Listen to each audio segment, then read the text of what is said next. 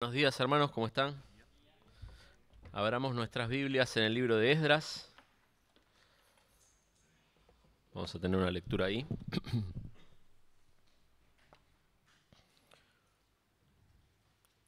Les doy tiempo para que lo busquen. Esdras capítulo 7.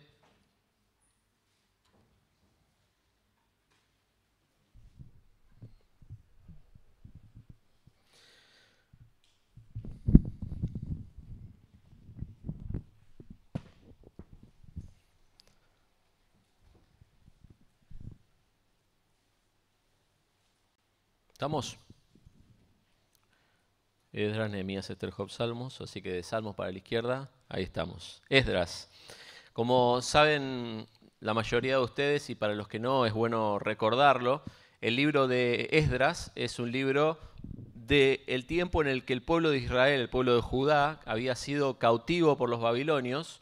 Después los babilonios fueron conquistados por los persas, y es el tiempo en el cual Dios permite, a través de este rey Ciro inicialmente, nosotros hoy vamos a leer un poquitito más avanzada la historia, la vuelta del pueblo de Israel, el pueblo de Judá, el pueblo de Israel, hacia Jerusalén. La posibilidad de que ellos volvieran a su tierra. Eran cautivos en la tierra de los babilonios, después conquistada por los persas, pero tenían la posibilidad de parte de Dios. Dios inclinó el corazón de estas personas, de estos reyes, de estas personas que gobernaban, eran reyes de reyes, tenían la posibilidad de tomar cautivos reinos y tener reyes a su cargo, de que inclinó Dios el corazón de ellos para que volviera el pueblo de Israel a su lugar, para que volviera a reconstruirse Jerusalén, para que volviera el pueblo de Dios a su lugar. En este libro que vamos a leer ahora se cuenta la historia de varias personas, pero principalmente de dos grandes hombres. En los primeros 6 capítulos se nos va a hablar de un tal Zorobabel, el primero que vuelve con un grupo de personas, y Zorobabel vuelve y reconstruye lo que es el templo. El segundo personaje importante es justamente Esdras, el que vamos a leer en el capítulo 7, que va a volver y va a poner en funcionamiento el templo y en orden, podríamos decir, una limpieza moral, una limpieza espiritual del pueblo de Israel que ya había vuelto. Y el tercero tiene su libro propio en nuestras Biblias, aunque probablemente sea un solo libro, Esdras y Nehemías, que es Nehemías, que es un libro hermoso, igual que este, ¿no? Que nos cuenta la historia de la reconstrucción de los muros. Así que vamos a leer el capítulo 7. Del capítulo 1 al capítulo 6 vamos a encontrar la historia de Zorobabel, cómo reconstruyen el templo, cómo arrancan, cómo le meten pata y cómo también el enemigo siempre trata de detener y de estorbar, y cómo dilata esa obra en los años a través de distintos enemigos que se presentan a Zorobabel. Entre el capítulo 6 y el capítulo 7 pasan un montón de años, ahí no se ve, pero pasan como 57, 58 años entre esos dos capítulos, y hay una sucesión de los gobernantes de Babilonia, de Persia. Hay una sucesión de ese reinado. Y en el capítulo 7 nos encontramos con, pasadas estas cosas, las cosas que acabo de referir, capítulo 7 de Esdras, versículo 1, pasadas estas cosas, todo lo que había pasado y todo esto que ni siquiera se relata entre el 6 y el 7, estos 60 años en el medio, en el reinado de Artajerjes, rey de Persia, ya había cambiado el rey, a diferencia del capítulo 6, Esdras, hijo de Seraías, hijo de Azarías, hijo de Hilcías, hijo de Salum, hijo de Sadoc, hijo de Ahitob, hijo de Amarías, hijo de Azarías, hijo de Meraiot, hijo de Seraías, hijo de Uzi, hijo de Buki, hijo de Abisúa, hijo de Fines, hijo de Eleazar, hijo de Aarón, primer sacerdote. Todo ese hijo de, lo que está mostrando es que este, de quien estamos hablando, es descendiente de Aarón. Por ende, era de la descendencia de los sacerdotes. Eso es lo que está queriendo decir. Este Esdras, no otro, el que es hijo de todos estos, el que es descendiente de todos estos, subió de Babilonia. ¿Qué significa que subió de Babilonia? Que estando cautivo en Babilonia, o estando viviendo en Babilonia, ya la cautividad era otra cosa, estando viviendo en Babilonia, tuvo la posibilidad de subir, de salir de Babilonia y volver a Jerusalén. Otra oleada, podríamos decir, de colonos, aquellos que iban a repoblar, aquellos que iban a colonizar, aquellos que iban a tomar el lugar y iban a poner en funcionamiento, en este caso, las funciones del templo, la aplicación de la ley de Dios. Fíjate lo que dice de él. Era escriba diligente en la ley de Moisés, que Jehová Dios de Israel había dado, y le concedió el rey Artajerjes todo lo que pidió, porque la mano de Jehová su Dios estaba sobre Esdras. Y con él subieron a Jerusalén algunos de los hijos de Israel, claro, no iba solo, y de los sacerdotes, y de los levitas, y los cantores, y los porteros, y los sirvientes del templo, en el 7º año del rey Artajerjes. Todos los que iban a poner en funcionamiento el templo, porque el templo se había reconstruido, pero no estaba en plenas funciones. Y cuando él, les adelanto un poco, cuando él llega, se va a encontrar que hay muchas cosas que ordenar en el servicio a Dios. Porque el día 1 del mes fue el principio de la partida de Babilonia, tardó como 4 meses en llegar, y al 1 del mes 5 llegó a Jerusalén, estando con él la buena mano de Dios, porque Esdras había preparado su corazón para inquirir, investigar la ley de Jehová y para cumplirla y para enseñar en Israel sus estatutos y decretos. Hasta ahí vamos a leer, hermanos. Como les decía, esta es la cronología de la vuelta del pueblo de Israel. El pueblo de Israel estaba en Babilonia porque había desobedecido a Dios. El pueblo de Israel estaba en Babilonia porque había abandonado al Dios de sus padres, porque se había hecho imágenes, porque se había inclinado y porque Dios ejecutó sentencia sobre el pueblo de Judá en este caso. Y el pueblo de Judá fue llevado cautivo en distintas oleadas también, en distintas oleadas migratorias. Primero lo más valioso, y con eso el oro, los tesoros de la casa de Dios, que ahora en parte estaban volviendo. Y con eso también la juventud y tantas oleadas de migratorias, de este viaje tan largo que estaban haciendo desde su pueblo hacia Babilonia, muchos años antes. Ahora llega el tiempo de Dios, después de haber ejecutado su juicio, su sentencia, muestra una vez más su misericordia para con ellos, como hace con nosotros en nuestra vida, hermanos. Muestra siempre su misericordia. Y muestra su misericordia y les da la posibilidad de volver. Vuelve Zorobabel, reconstruye el templo, y ahora está volviendo este Esdras. Y dice la palabra de Dios que este Esdras era un escriba. ¿Y sabes qué es interesante de esto pensar? Que cuando nosotros pensamos en un escriba en el Antiguo Testamento, no pensamos en alguien, hasta este momento, en alguien tan importante como Esdras.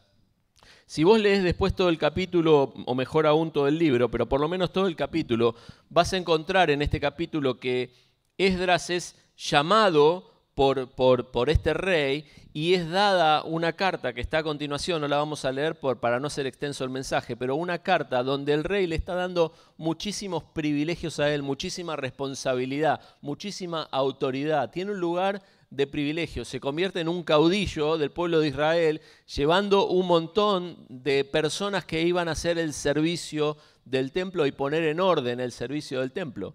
Pero cuando vos ves a los escribas en el Antiguo Testamento, antes de Esdras, no se nota tanta importancia en este tipo de personajes.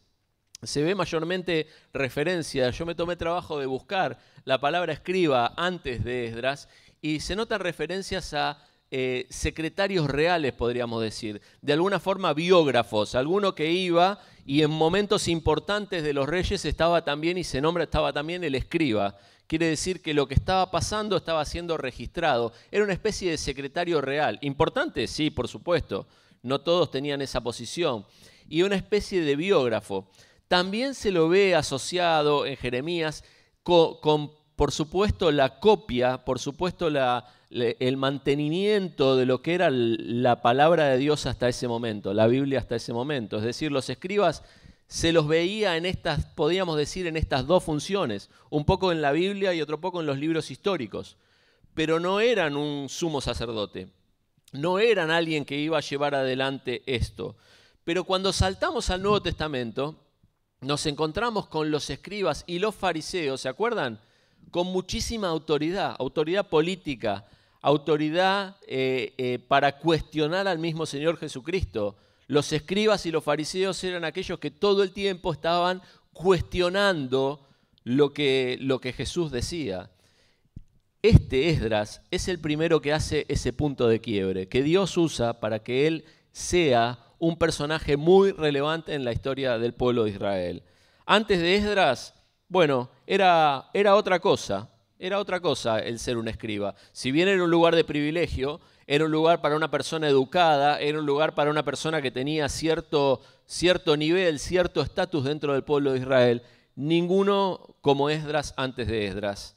En cuanto al lugar que Dios le dio, en cuanto al poder que Dios le dio, en cuanto a la autoridad delegada de parte de Dios a través de este Artajerjes. Y Esdras convierte este momento de la historia y se convierte él mismo, por ciertas características que vamos a pensar hoy, en alguien que lleva adelante y es parte de un punto de inflexión en su propio pueblo, en su propio rol como escriba y en su propia vida también.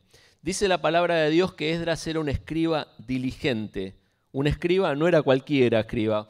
Seguramente debe haber habido otros escribas, otros descendientes de Aarón en Babilonia. Sin embargo, ellos se quedaron ahí, quedaron en, no sé, no los conoce nadie.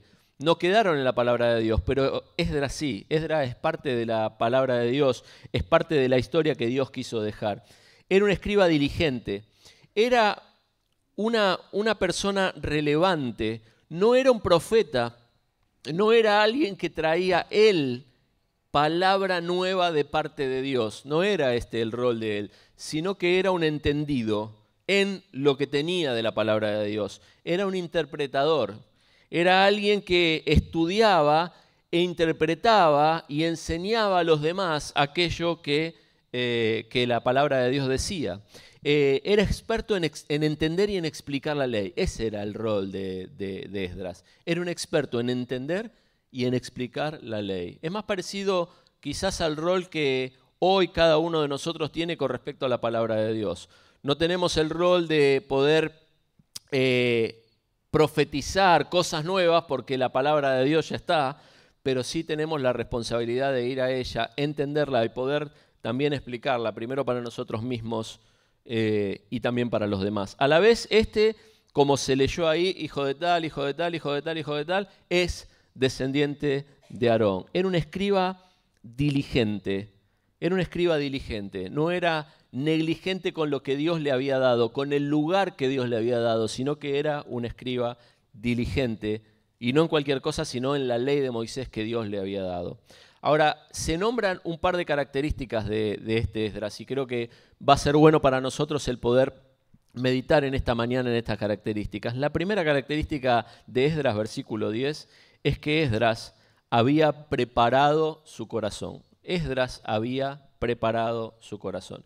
Yo quiero que vos, yo, nosotros podamos pensar en Esdras como nosotros mismos.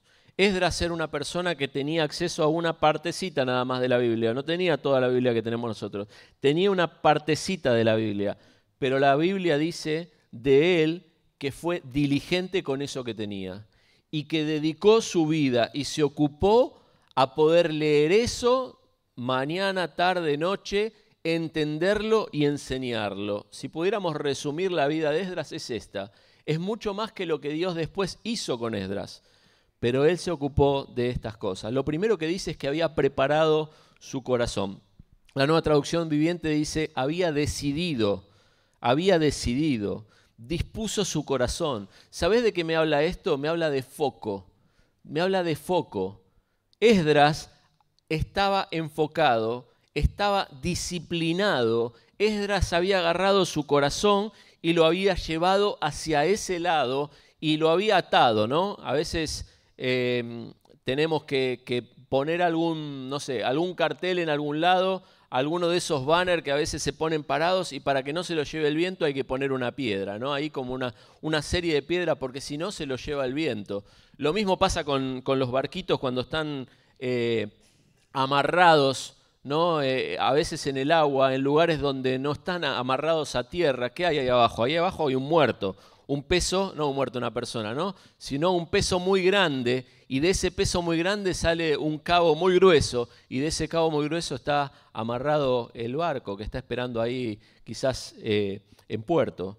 Y eso es lo que hizo Esdras. Lo que hizo Esdras fue disciplinar su corazón. Me hacía acordar a Daniel y sus amigos. Dice Daniel 1:8, Daniel propuso en su corazón. Daniel propuso en su corazón no contaminarse. Me hacía acordar a esto, hermanos. Hay ahí una necesidad que tenés vos y que tengo yo de alinear nuestros deseos con los deseos de Dios. Mi corazón no va naturalmente a buscar la palabra de Dios cada mañana. Mi corazón no va naturalmente a inclinarse a aquellas cosas que Dios quiere para mí. Al final de cuentas nos vamos a dar cuenta que lo que Dios quiere para nosotros, en definitiva, es lo mismo que nosotros queremos para nosotros mismos. Pero nuestra naturaleza va en sentido contrario, absolutamente contrario. Y esto de preparar el corazón significa disciplinarse, significa apagar los pensamientos, significa apagar los sentimientos, significa hacer lo que hay que hacer, casi sin pensar, casi sin sentir. Levantarse, ir y buscar a Dios. Levantarse, ir y buscar a Dios, disponer nuestro corazón, proponernos en nuestro corazón el hecho de ir en pos de Dios. Hermanos, hay que quererlo esto, hay que pedírselo a Dios. Es algo que no va a salir naturalmente, porque nuestra carne caída no busca estas cosas, porque las distracciones hoy son un montón, pero ¿sabes qué? Esdras también tenía un montón de posibles excusas, igual que vos, igual que yo. Vivía en una cultura que le era absolutamente contraria. Lo habían llevado o había nacido en ese lugar y no tenía una posibilidad de haber elegido dónde nació, dónde fue, dónde está. A él lo llevaron, como todo ese pueblo, y se encontró en ese lugar. Y él podía elaborar un montón de excusas, igual que vos, igual que yo.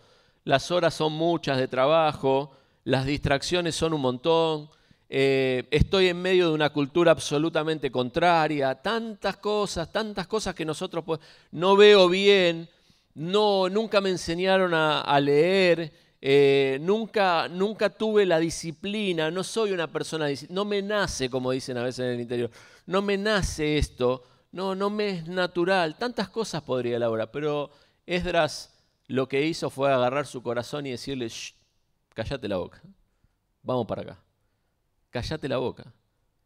Y eso, hermanos, es algo que nosotros tenemos que hacer, porque muchas veces realmente no inclinamos nuestro corazón, como dice el Salmo 119, el Salmo 119 dice, es una oración a Dios, en el versículo 36 dice, inclina mi corazón a tus testimonios y no a la avaricia, inclina mi corazón.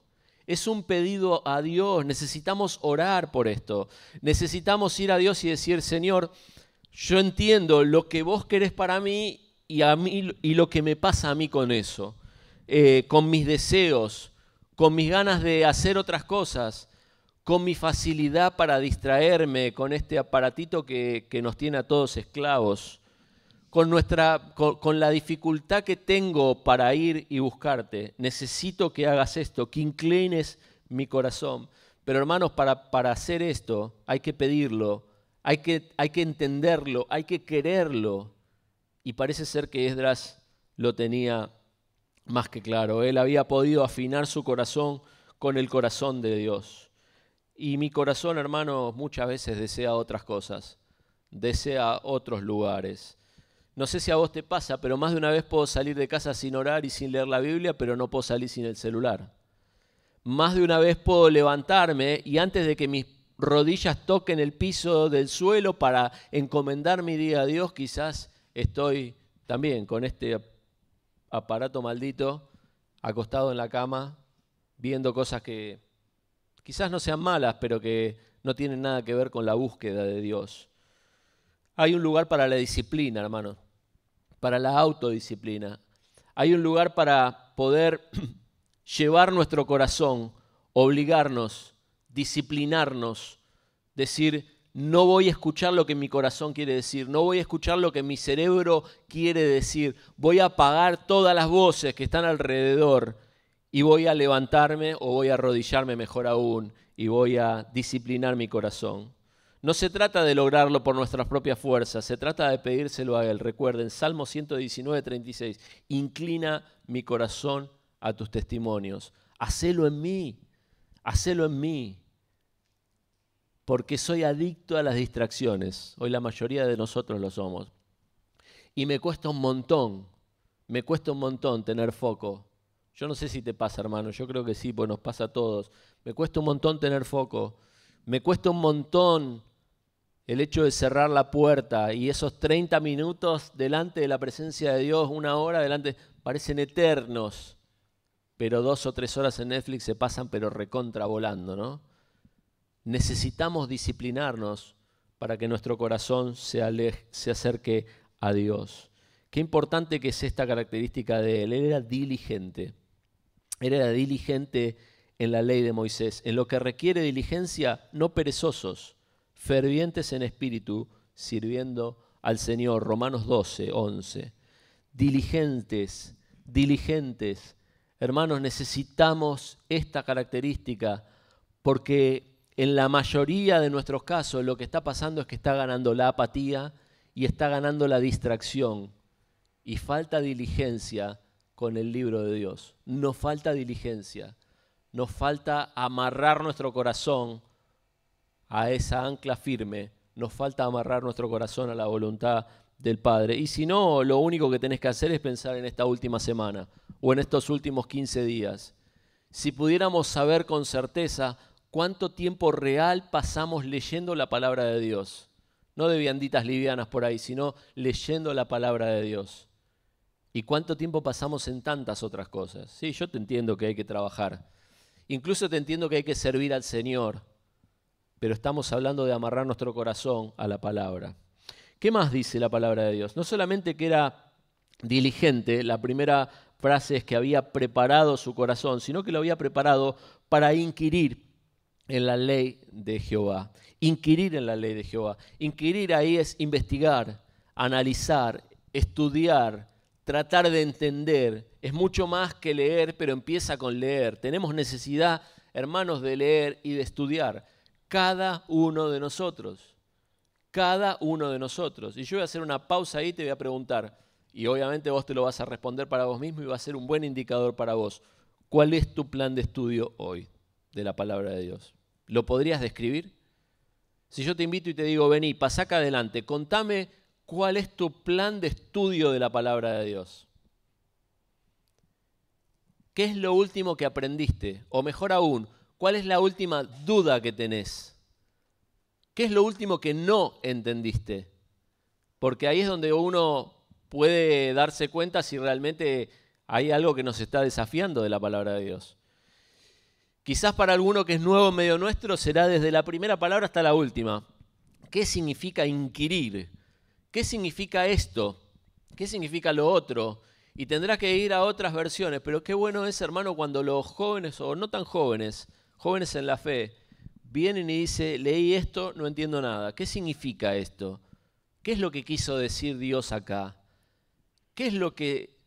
El viernes volvíamos de la reunión y tuvimos una charla en familia sobre lo que había hablado Nacho y alguna de las chicas decía, ¿qué significa? ¿Qué puede estar aplicado de esta forma? ¿Puede estar aplicado de esta...? Después se lo compartí a Nacho porque fue bueno.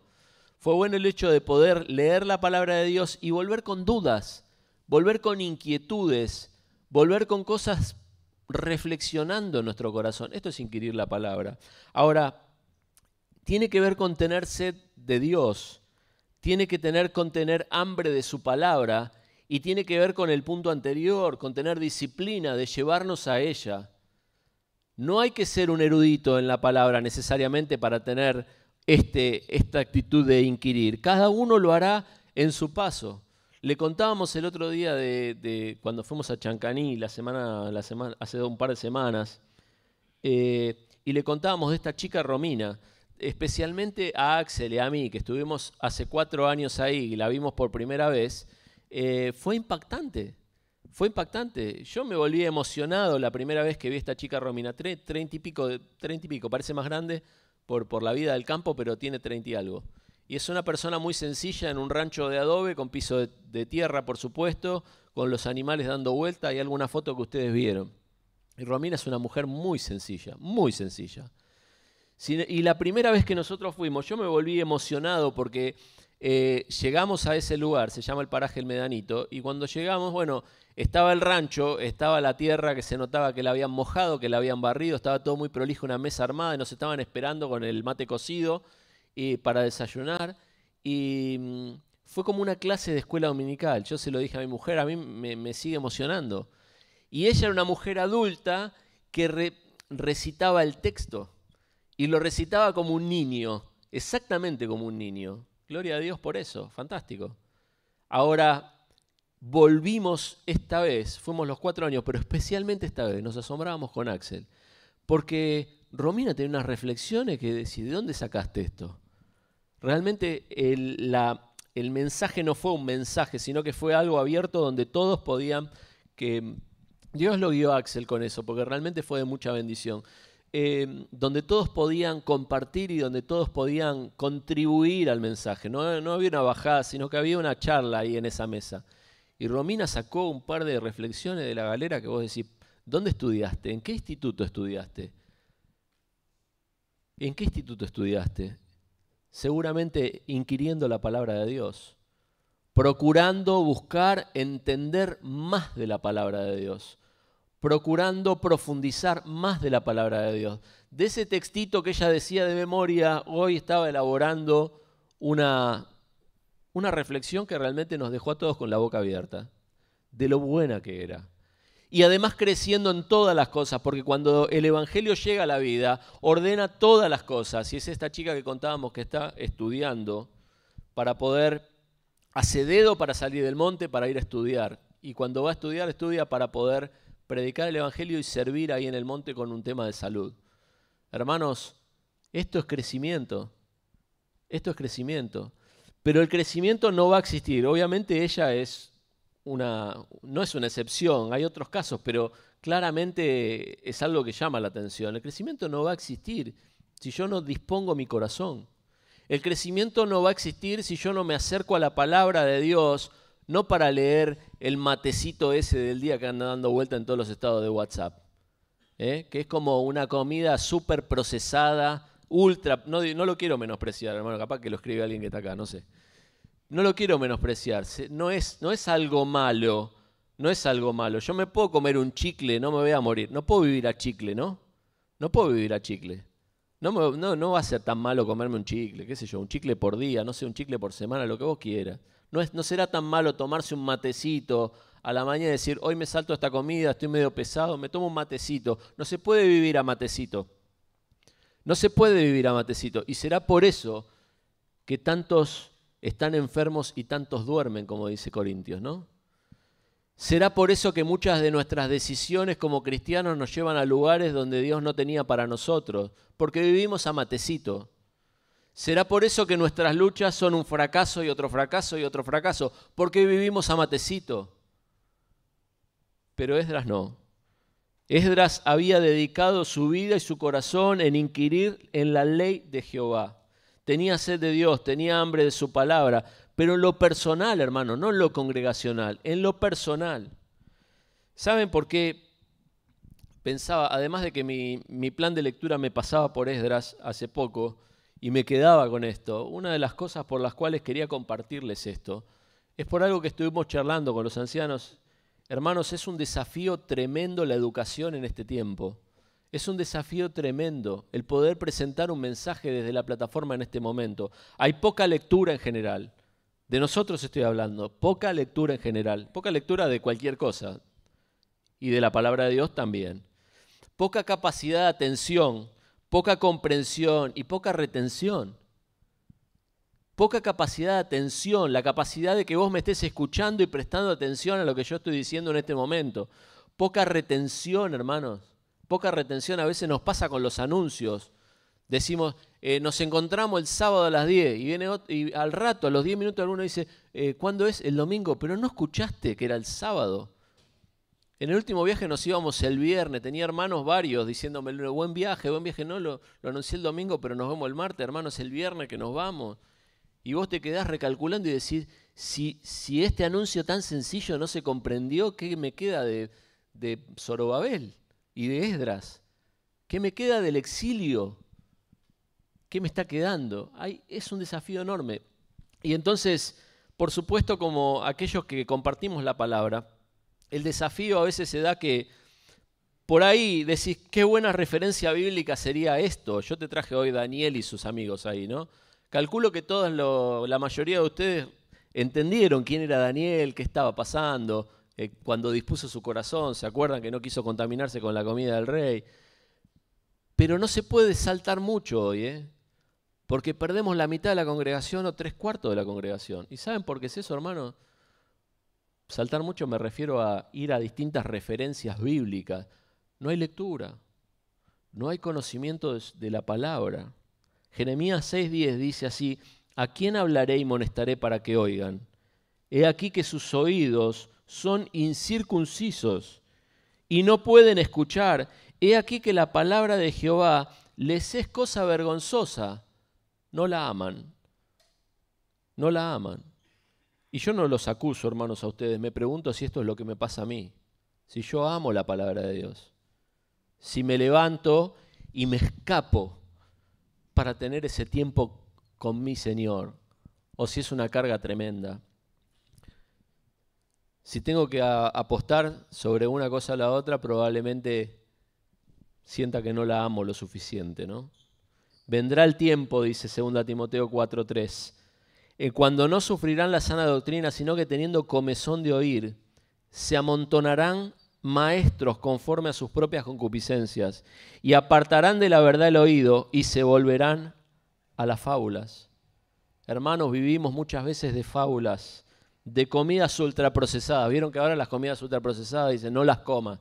Come comida lo más natural posible, las ultraprocesadas están mal. Nosotros vivimos espiritualmente de comidas ultraprocesadas. El matecito del día, la pastillita para esto, la pastillita, textos sueltos, estados de WhatsApp, videos en el mejor de los casos con una reflexión de no más de 3, 4, 5 minutos. Vivimos de TikTok espiritual, algo muy chiquitito, algo muy cortito, algo que me quede cómodo. Y hermanos, necesitamos alimentarnos bien de la palabra de Dios, como hacía Esdras. Estamos realmente muy contentos con lo que está pasando los viernes arriba en el piso superior.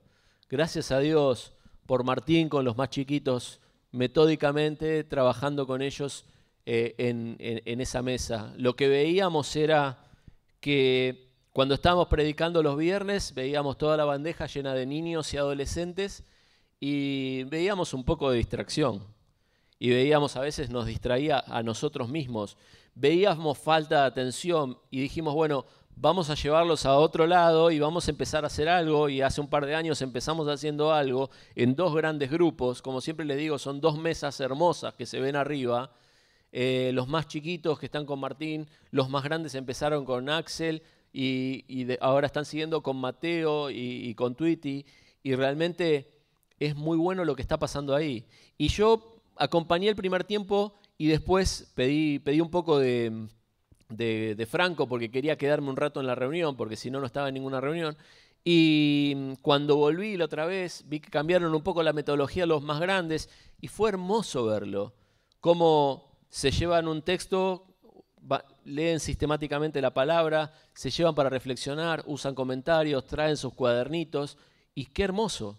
El hecho de que ellos puedan ir, volver y traer meditado y no ser simplemente oidores, que no está mal, como en esta mañana, sino poder compartir, poder trabajar sobre eso, poder procesar tu propio alimento, cosechar tu propia comida, espiritualmente hablando. Pero también con eso hay algunos discipulados en marcha, gracias a Dios. Especialmente algunas de nuestras mujeres están discipulando otras mujeres, gracias a Dios. Por eso, hermanos, gracias a Dios por eso. Enseñando la palabra, en algunos casos es el ABC del Evangelio. El ABC, la lección número 1 de vida abundante. Y empezando por ahí. Y en otros casos es más vida cristiana, más acompañame y te enseño, más distintas cosas. Pero qué bueno que es eso. Ahora estamos pensando que quizás tiene que esto alcanzar a más.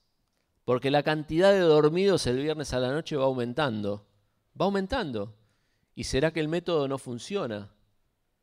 Pero hermanos, no es solamente la responsabilidad de la iglesia. Una vez un hermano, yo lo procesé mucho después, ¿vieron? A veces decís, si hubiera procesado esto en el momento que me lo dijo, le podría haber dado la respuesta correcta, pero en el momento no me salió.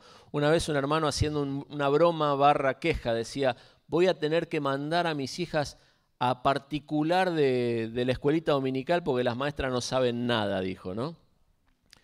No, hermanos, la escuelita dominical es en casa. La escuelita dominical es en casa. Lo que se da acá es un adicional y especialmente para aquellos que no tienen padres que los pueden educar. Pero aquellos que estamos acá no mandamos a nuestros hijos a particular. Nosotros somos la educación. Nosotros tenemos que ser la educación. Lo mismo pasa con nuestra enseñanza. Nosotros no podemos vivir del aprendizaje de los viernes nada más. Que gracias a Dios se enseña y si vos le das seguimiento, no faltás, tomás nota, vas a tener un aprendizaje. Pero no podemos vivir de eso. Si vos estás viviendo eso y del matecito, me la agarré con el matecito, pero con las vianditas, sepan que no me gusta el matecito. Porque a veces reemplaza el almuerzo el matecito, ese es el problema. Nos creemos que ya lo hicimos, el devocional, el tiempo de lectura, el tiempo de aprendizaje. Si nosotros reemplazamos eso tarde o temprano, vamos a estar anémicos, espiritualmente hablando. Es una responsabilidad personal, hermanos. Y yo te vuelvo a preguntar, ¿tenés un plan de lectura? ¿Qué libro estás leyendo? ¿Tenés un plan de estudio? ¿Cómo lo estás haciendo? Y yo me ofrezco a ayudarte. ¿Querés que nos sentemos? Yo te cuento cómo hago yo. ¿Cuál es mi plan de lectura? Hay planes de lectura muy buenos. El plan de lectura de YouVersion, que son unos videos que explican los libros de la Biblia, es excelente. Además de tener el plan de lectura, por cada inicio del libro tenés un video que te da un panorama de todo el libro. Y los videos son excelentes. Tenés que tener algo, hermano. Si tu respuesta es no tengo un plan de estudio, no tengo un plan de lectura, no tengo dudas que traigo a alguien, bueno, probablemente lo que esté pasando sea esto. Estés comiendo lo que podés recibir en una reunión. Si justo en ese momento tu cerebro no te lleva a hoy comemos ravioles, uy, no compré la salsa y tantas otras cosas que pasan por nuestro cerebro. Ahora, dice más de Esdras. Decía que inclinó su corazón para inquirir. Inquirir significa leer y tratar de entender. Pero dice más, por supuesto, dice para cumplirla. Versículo 10 estamos leyendo nada más. El 10 creo, ¿no? Sí. Perdón, se me dio vuelta la página. Un segundito nada más. Sí, versículo 10. Esdras había preparado su corazón para inquirir en la ley de Jehová, para cumplirla. Y después dice para enseñar. Hermanos, por supuesto que no se trata de conocimiento solamente.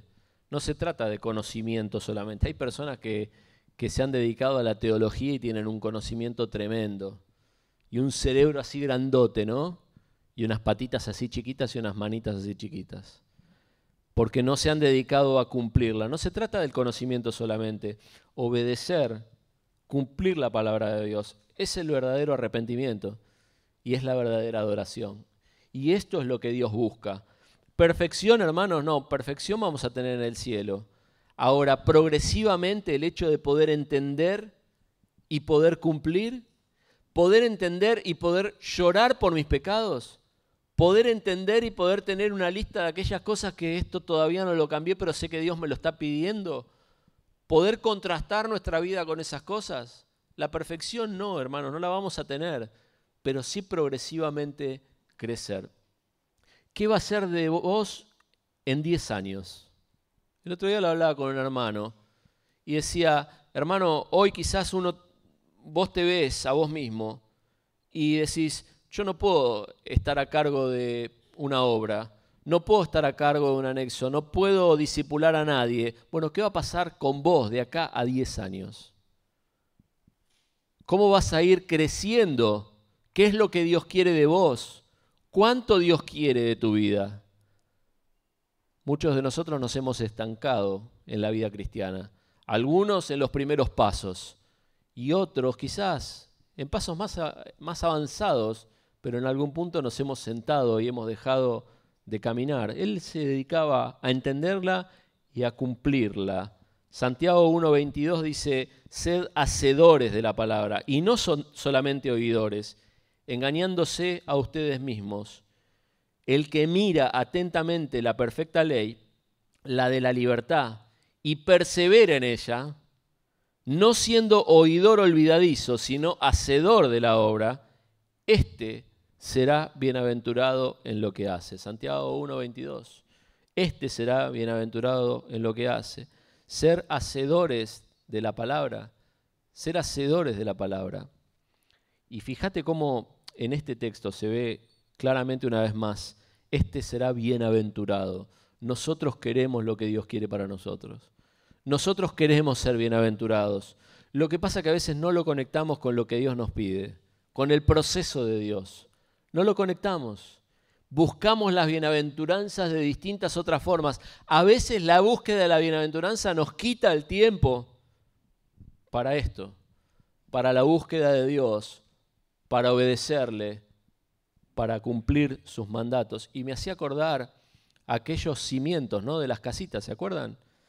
Cualquiera pues que me oye estas palabras y las hace, cualquiera que oye y las hace, le compararé a un hombre prudente que edificó su casa sobre la roca.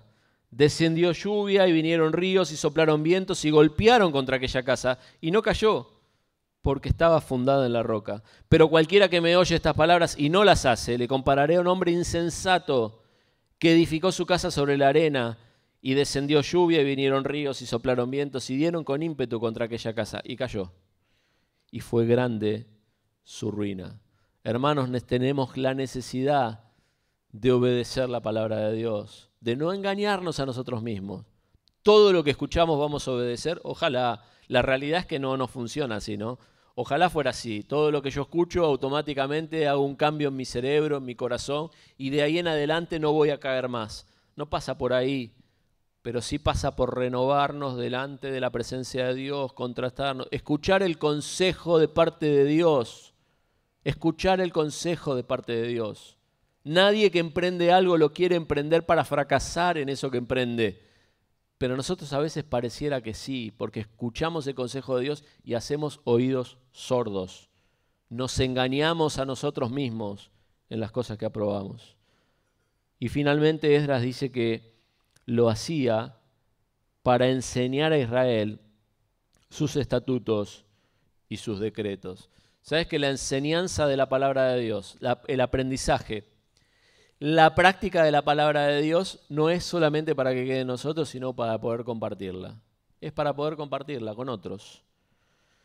Ustedes son linaje escogido, real sacerdocio, nación santa, pueblo adquirido por Dios para que anunciéis las virtudes de aquel que os llamó de las tinieblas a su luz admirable. Pero Andrés, yo no sé enseñar.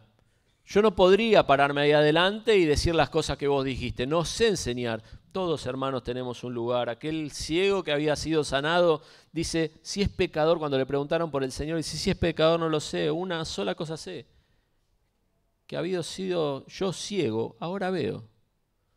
¿Te parece que esto no es enseñar, hermano, hermana? Hay alguno que podrá tener la responsabilidad, incluso alguno que podrá tener el don de la enseñanza. Gloria a Dios por eso, pero cada uno de nosotros tiene que dar de lo que hemos recibido, empezando por predicar el Evangelio, que es una forma de enseñar a otros, de transmitir la palabra, de enseñar, como dice acá, a Israel, sus estatutos y decretos. Hermanos, no queda en nosotros. Sos papá, sos mamá, sos abuelo, tenés que transmitir. Cualquier cosita que vos puedas leer metódicamente y abrir y decir, mira, encontré este texto y te lo quiero compartir. Hijo mío, hija mía, nieto, sobrino, tengo este texto que encontré. Mirá qué linda esta lectura. Qué bueno esto, tan sencillo como eso. Y si Dios abriera las puertas en orden, porque es la casa de Dios, quizás el día de mañana podés crecer y podés discipular a otro. Y esto hago la aclaración, es en orden dentro de la casa de Dios, no No es bueno cuando surgen discipulados espasmódicos sobre personas que todavía no han crecido. No es bueno eso. Pero sí tenemos una responsabilidad de transmitir la palabra de Dios. Fíjate cuál fue el resultado de Esdras, ¿no? A Esdras le fue bien porque dice la palabra de Dios que le concedió el rey todo lo que él pidió porque la mano de Jehová, su Dios, estaba sobre Esdras. Más adelante dice de vuelta, estando con él la buena mano de Dios. Dios respaldó a Esdras. Dios respaldó a Esdras. Dios le dio a Esdras lo que Esdras necesitaba para cumplir el plan que Dios tenía para Esdras. Y lo acompañó. Y él fue el que hizo ese cambio en ese rol que antes existía, pero no era tan relevante al menos en la palabra de Dios. Sin embargo, Dios oyó a Esdras, Dios miró a Esdras, vio su corazón, vio su disposición. Cuando los caminos del hombre son agradables a Jehová, aún a sus enemigos hace estar en paz con él. Esto es lo que le pasó a Esdras. Esdras en un pueblo totalmente contrario, distinto, una cultura totalmente distinta. Dios vio y sus caminos fueron agradables a Jehová. Nunca se apartará de tu boca este libro de la ley, sino que de día y de noche meditarás en él. Josué 1:8. Para que guardes y hagas conforme a todo lo que en él está escrito, porque entonces harás prosperar tu camino y todo te saldrá bien. Insisto con esto, hermanos, nosotros queremos lo que Dios quiere para nosotros. ¿Vos querés que te vaya bien en tu matrimonio? ¿Vos querés que te vaya bien en tu trabajo? ¿Vos querés que te vaya bien con tus hijos? ¿Vos querés que te vaya bien con tu noviazgo? ¿Vos querés que te vaya bien con tu vida? Dios quiere lo mismo. Pero muchas veces buscamos en caminos alternativos. El desafío de parte de Dios tiene que ver en esta mañana tiene que ver con esto, con pensar en este Esdras y decir, hizo cosas sencillas de entender, difíciles de aplicar, ¿no? Pero hizo cosas sencillas de entender. Disciplinó su corazón. Disciplinó su corazón. Disciplinó su cerebro. ¿Sabes cómo se practica eso? Ponete una alarma y deja el celular bien lejos. Y decir, bueno, 30 minutos, si no podés 30, empezá con 15, 20, 30. Dejo el celular allá lejos, me pongo una alarma y me voy a sentar con el libro de la palabra de Dios. Voy a orar antes y voy a clamar a Él y le voy a decir, Señor, sabés que mi corazón se distrae con tanta facilidad. Vuela una mosca y yo ya estoy pensando en otra cosa. Se me vienen pensamientos, algunos no malos y otros pésimos, que decir, ¿de dónde salió esta porquería? Cuando yo estoy leyendo la palabra de Dios, me tocan timbre, me interrumpen, Señor, ayúdame porque yo quiero disciplinar mi corazón y llevarlo a tu palabra. 30 minutos hoy. 30 minutos hoy.